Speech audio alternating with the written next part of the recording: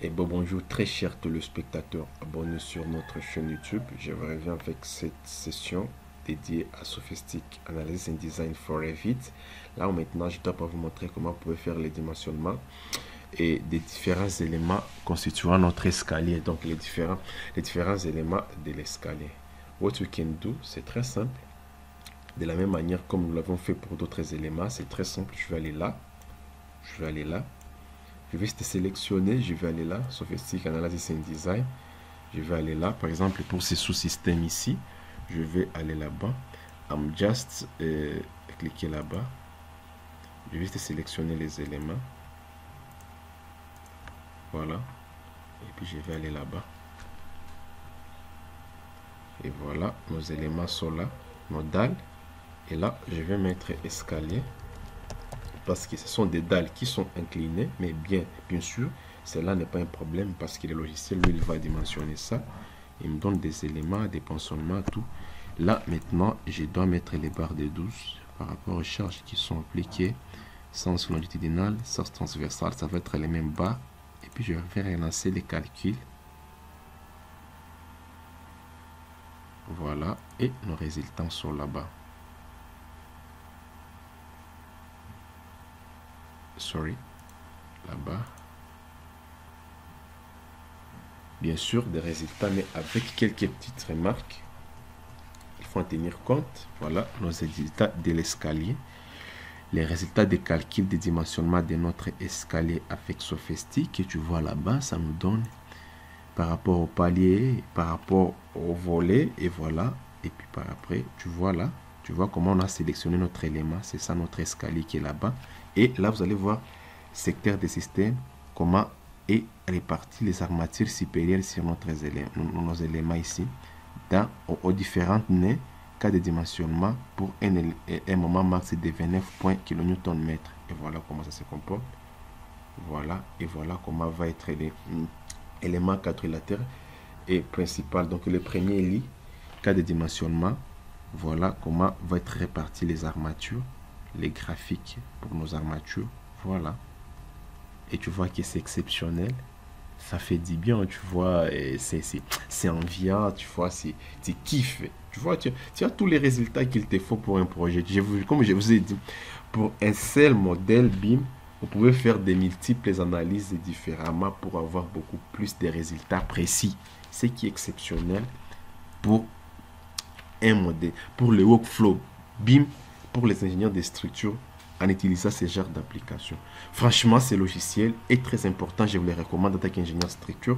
Vous voulez acheter ça, n'hésitez pas à me contacter inbox. Nous allons en discuter et je vais vous mettre en contact avec nos partenaires qui vont pouvoir vous fournir ces logiciels. Et voilà, et parce que il est toujours rare, ces logiciels, et très important pour les ingénieurs structure, les bureaux d'études. Parce que si vous n'avez pas une version qui est achetée, vous n'avez pas une version vraiment achetée, vous ne pourrez pas, beaucoup de fonctionnalités seront désactivées. Parce qu'il y a toujours une grande différence entre un logiciel craqué et un logiciel acheté. Et voilà un peu. Autre chose, c'est que nous pouvons faire, on peut juste aller là-bas, modèle analytique, ou just I'm here, et je veux seulement main system. Voilà, je rentre là-bas. Je peux encore une fois sélectionner une dalle. Et là, je vais maintenant dimensionner cette rampe. Ça sera la même chose parce que c'est une rampe. Bien sûr, je peux te mettre rampe design. Donc, le dimensionnement de notre rampe.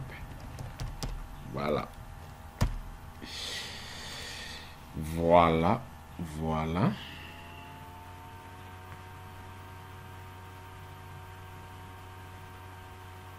Voilà notre rampe qui est là-bas.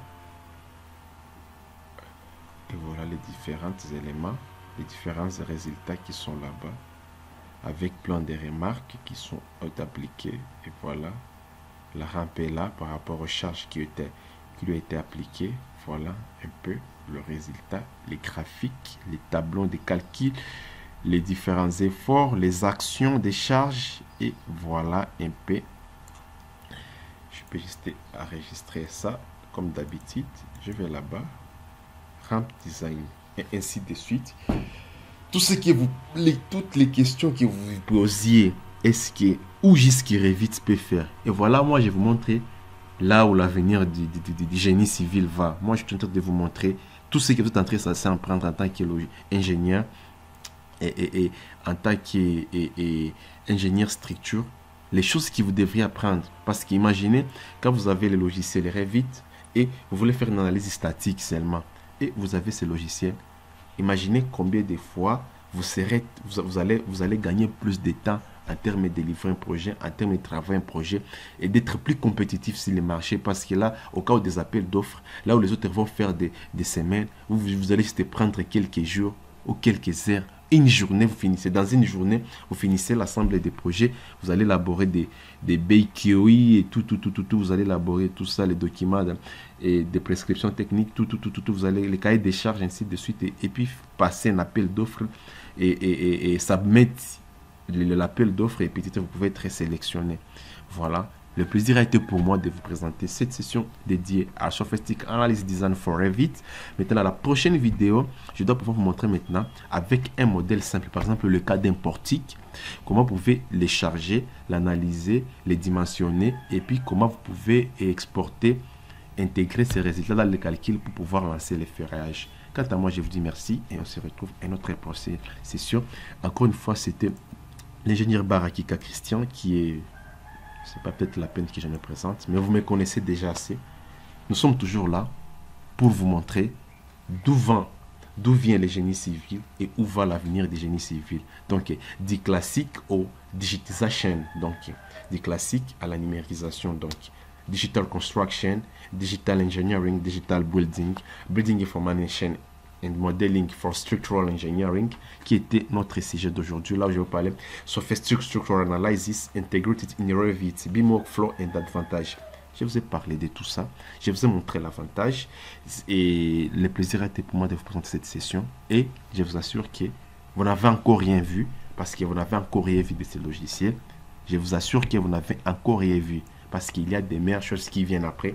En 2021, vous allez voir que peut-être vous allez penser que c'est une science-fiction, mais vous allez voir des choses que vous n'avez jamais vues avec ces logiciels. Nous avons tellement beaucoup de choses à vous montrer, à vous démontrer en tant qu'ingénieur structure, en tant qu'ingénieur civil et en tant que projecteur, partenaire et entrepreneur. Nous avons beaucoup de choses à vous montrer pour ce qui est de l'analyse des structures, des calculs des structures, ce que vous êtes censé apprendre et les logiciels que vous êtes en train censé de savoir utiliser.